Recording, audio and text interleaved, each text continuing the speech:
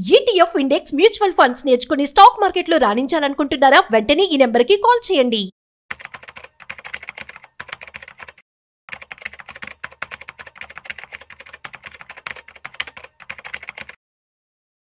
Hello నమస్తే, welcome to Suman TV. ప్రస్తుతం మనతో పాటు స్టూడియోలో certified financial planner Anil Kumar Bachchu గారు ఉన్నారు. వీరితో మనం మార్కెట్ గురించి సంబంధించిన కొన్ని విషయాల్ని తెలుసుకుందాం. అలా అనిపిస్తే సో ఇప్పుడు ఐపీఓస్లో కంపెనీస్లో మనకి ఎలాంటి వాటిలో మనం షేర్స్ తీసుకున్నా కానీ లేదంటే ఇన్వెస్ట్ చేస్తే కానీ బెటర్ అని మీ అడ్వైస్? సో ఏంటంటే ఈ సంవత్సరం చాలా కంపెనీలు ఐపీఓకి రెడీగా ఉన్నాయి. సో అంటే యాక్చువల్లీ ఏంటంటే మళ్ళీ కొన్ని అందులో చాలా బ్లాక్ బస్టర్ మంచి మంచి బ్రాండ్ కూడా ఉన్నాయి.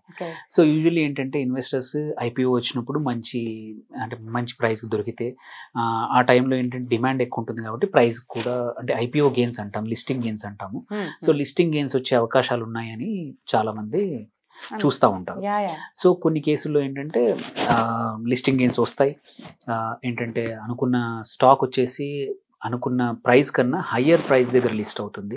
మీకు ఆల్రెడీ అలాట్ అయి ఉంటే కొద్దిమంది ఏంటంటే ఓన్లీ ఇట్లాంటి లిస్టింగ్ గెయిన్స్ కోసం ఇన్వెస్ట్ చేసే వాళ్ళు ఉంటారు.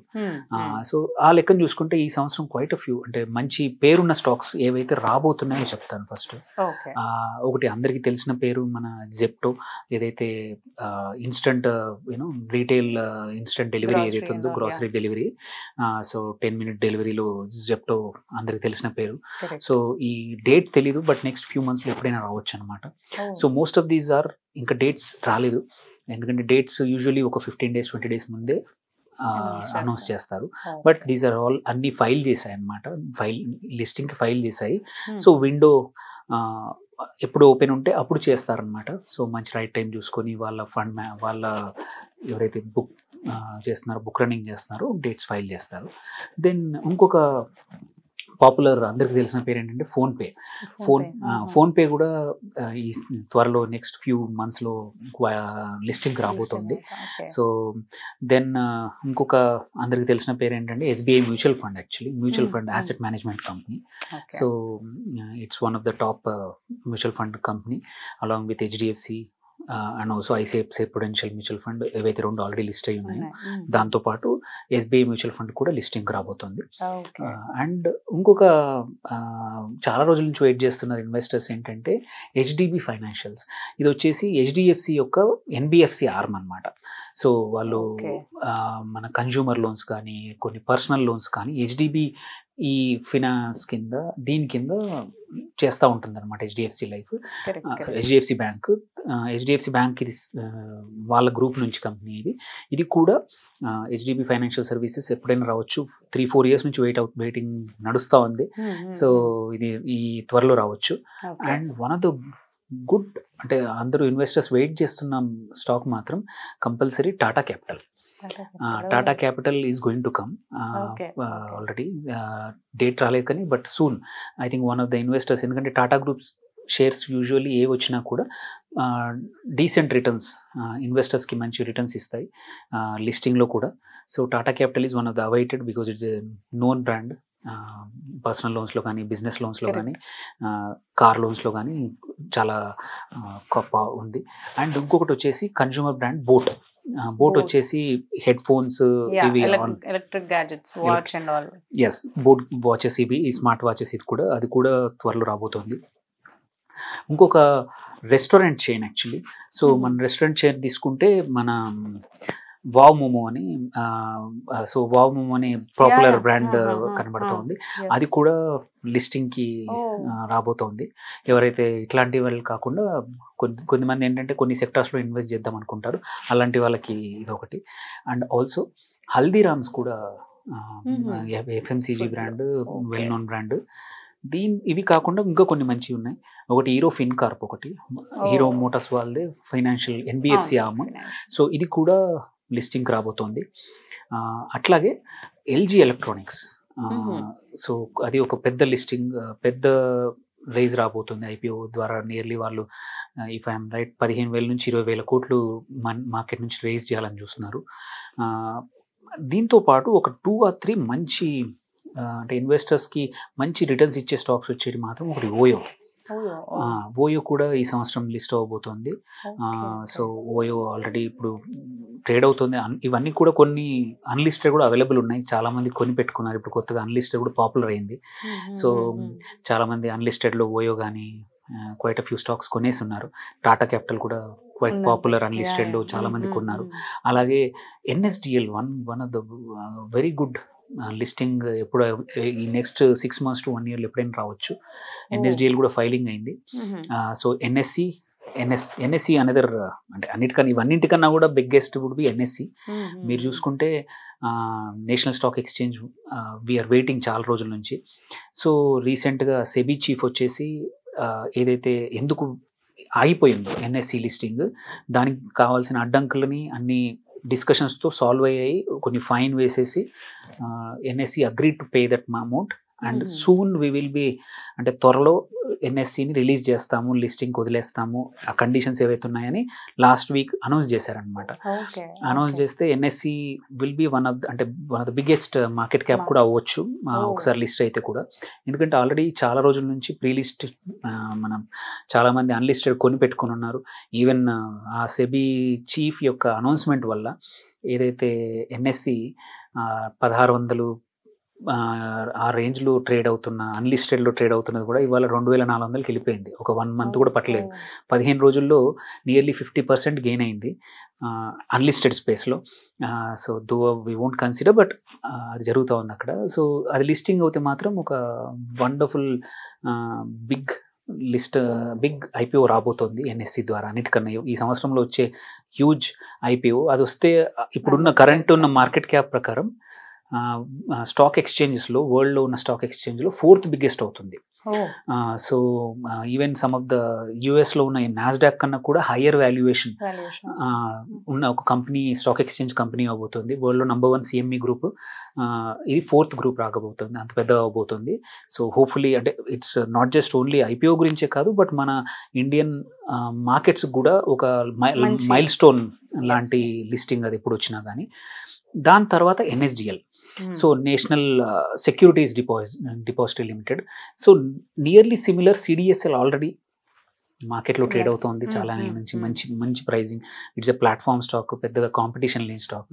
సేమ్ ఇక్కడ కూడా ఎన్ఎస్డిఎల్ కూడా కానీ ఎన్ఎస్సి కానీ మోర్ అలాంటివి వీటికి కూడా కాంపిటీషన్ ఎక్కువగా ఉండవు. ఎందుకంటే వెదర్ సెక్యూరిటీ డిపాజిట్ కానీ ఆర్ స్టాక్ ఎక్స్చేంజెస్ కానీ అంత ఈజీగా ఎవరు పెట్టలేరు. వేరే సెక్టర్స్లో ఈజీగా ఇప్పుడు పెయింట్ ఇండస్ట్రీలో ఆల్రెడీ ఎగ్జిస్టింగ్ వాటిని బీట్ చేయడానికి ఇంకొక కంపెనీ వచ్చి ఆల్రెడీ వీ హ్యావ్ సీన్ ఎట్లా ఒక పెయింట్ కంపెనీని దెబ్బతీసిందో. బట్ వీటిలో అంత ఈజీగా ఈ స్టాక్స్లో కాంపిటీషన్ రాదు. సో ఇట్లాంటి వాటికి సో ఇవి మేజర్ ఈ సంవత్సరం రాబోతున్నాయి. దీంతో పాటు కొన్ని పాపులర్ బ్రాండ్ లైక్ కార్దేకో ఒకటి, మీషో ఒకటి, కల్ట్ ఫిట్ అందరికీ తెలిసిన బ్రాండ్ కల్ట్ ఫిట్ కానీ, జేఎస్డబ్ల్యూ సిమెంట్. సో ఇవన్నీ కూడా రాబోతున్నాయి అన్నమాట. బట్ మోస్ట్ లుకింగ్ ఫార్వర్డ్ పక్కా ఎన్ఎస్సి, ఎన్ఎస్డిఎల్, మళ్ళీ టాటా క్యాపిటల్ ఇవన్నీ మంచి కంపెనీస్. ఇవన్నీ కూడా త్వరలో రాబోతున్నాయి. సో యాక్చువల్లీ ఈవెన్ గ్రో కూడా అండ్ ఫ్లిప్కార్ట్ కూడా ఈ సంవత్సరం వచ్చే అవకాశాలు ఉన్నాయి. సో ఇన్వెస్టర్స్ ఏంటంటే డబ్బులు రెడీ చేసి పెట్టుకుంటే ఐపీఓకి వచ్చినప్పుడు అప్లై చేసుకుని 1 month నుంచి 6 months లోపు ఎప్పుడైనా రావచ్చు కాబట్టి రెడీగా పెట్టుకోమండి. ఎస్పెషల్లీ మార్కెట్స్ కూడా అంటే సానుకూలంగానే ఉన్నాయి, పరిస్థితులు అంత నెగిటివ్గా కూడా లేవు. అండ్ మన ఇండియన్ మార్కెట్లు కూడా గ్లోబల్ మార్కెట్స్ లాగా అంత నెగిటివ్ సెంటిమెంట్ లేదు, వాటితో పాటు ఫాలో అవ్వట్లేదు. అలాంటి time this is a good time IPOs రావడానికి కూడా. సో కంపెనీస్ కూడా ఐఎమ్ షూర్ నెక్స్ట్ ఫ్యూ మంత్స్లో లాట్ ఆఫ్ ఐపీఓస్ రాబోతున్నాయి. ఎవరైతే ఇన్వెస్ట్ చేద్దాం అనుకుంటున్నారో ఇందులో కొన్ని పాపులర్ బ్రాండ్స్లో ఫెయిల్ అవ్వడం అంటూ ఉండదు, పెద్దగా ఉండదు. So quiet few of them ఎలాగో ఫెయిల్ అవుతామని పర్ఫామ్ చేస్తాయి అనేది ఏమీ ఉండదు కాబట్టి ఆల్రెడీ ఇవన్నీ కూడా ఆల్రెడీ ట్రేడ్ అవుతున్నాయా? అన్లిస్టెడ్ లో కొన్ని మాత్రం ట్రేడింగ్ అవుతున్నాయి. బట్ యూజువల్లీ అన్లిస్టెడ్ కమ్స్ ఏంటంటే ఒక రిస్క్ ఏంటంటే ఒక 6 నెలల వరకు సపోజ్ ఒక మన దగ్గర అన్లిస్టెడ్ షేర్స్ ఉన్నా కానీ ఫస్ట్ అది లిస్టింగ్ రావాలి, అదొక రిస్క్. సో లిస్టింగ్ ఇన్ టైంలో వస్తుందా లేదో తెలియదు. ఎందుకంటే ఎగ్జాంపుల్ నేను చెప్పినట్టు ఎన్ఎస్ఈ మనం ఆల్రెడీ ఒక 2-3 years నుంచి వెయిట్ చేస్తున్నాం.